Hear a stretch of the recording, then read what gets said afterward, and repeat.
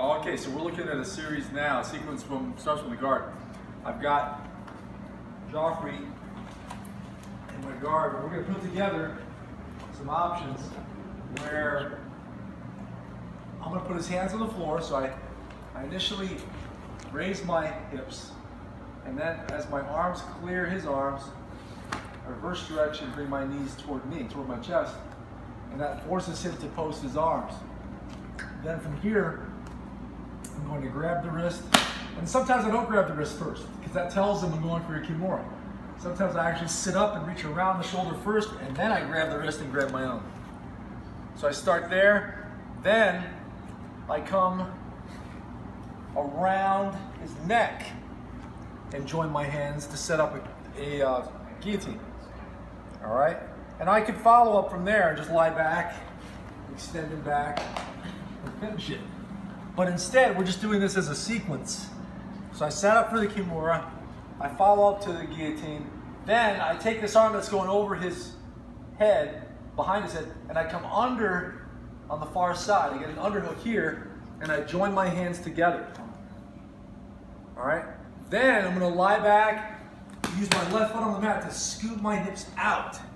All right, and this torques his shoulder, and I step over to mount. From here, I can come under this arm and walk my arm, and he taps. All right, there's a neck crank there. Then I let his head out, and I continue walking this arm up until I can feed it to this hand, pop it across, and get the arm triangle. He turns, so then I let his head out, but I'm still hooking his arm. I brought up my knee behind his neck to posted mount, and now in position to set up my arm lock from here. And the way we finish is that he turns his arm, walks around, walk away, and bridge over, and he comes back up in my guard. All right? So let's turn a little this way. So the whole thing incorporates some of these setup motions we just drilled with our partner. And I might be here, I might pop it this way. Pop it, I might grab it, or I might not. Sit up first, then grab, and there's my Kimura. Then I'm ready for guillotine, I grab, but I don't sit back because we're gonna move on. I change to an underhook here, my hand comes through, I join hands. Now he can't get his head out. I lie back as I scoop my hips to the left, facing the direction I'm taking him. He can't resist it. It puts the same kind of pressure on his neck and shoulder that a quarter Nelson does in wrestling. Same thing, but just a different way to do it mechanically. And then I step up to mount. Sometimes I tap him from here. Sometimes I come under this arm, let his head out. I didn't hit you, did I? All right. From here, I'm still under his arm. Let's turn this way. I'm still under his arm, so I walk it up. The problem is he's trying to push it down. So I walk it up until I can grab it with this arm. Then my hand goes to the elbow, pop it across, make sure his arm is under his jawline. If it's across the side of his face, you're just gonna grind bone against bone, and then you're just causing pain.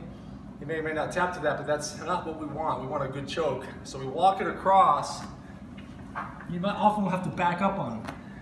The arm triangle is not as easy to get usually from the mount. Yeah, I could bail out the side and get it, but I'm gonna stay with the mount because my real goal is to follow up to the cross arm lock, to make this a drill that cycles through. So I get this, he does tap, and then he starts to turn. That's a common reaction is to turn out of it. If he turns far enough, it can be hard to get this. So now, I crawl up, I'm hooking here.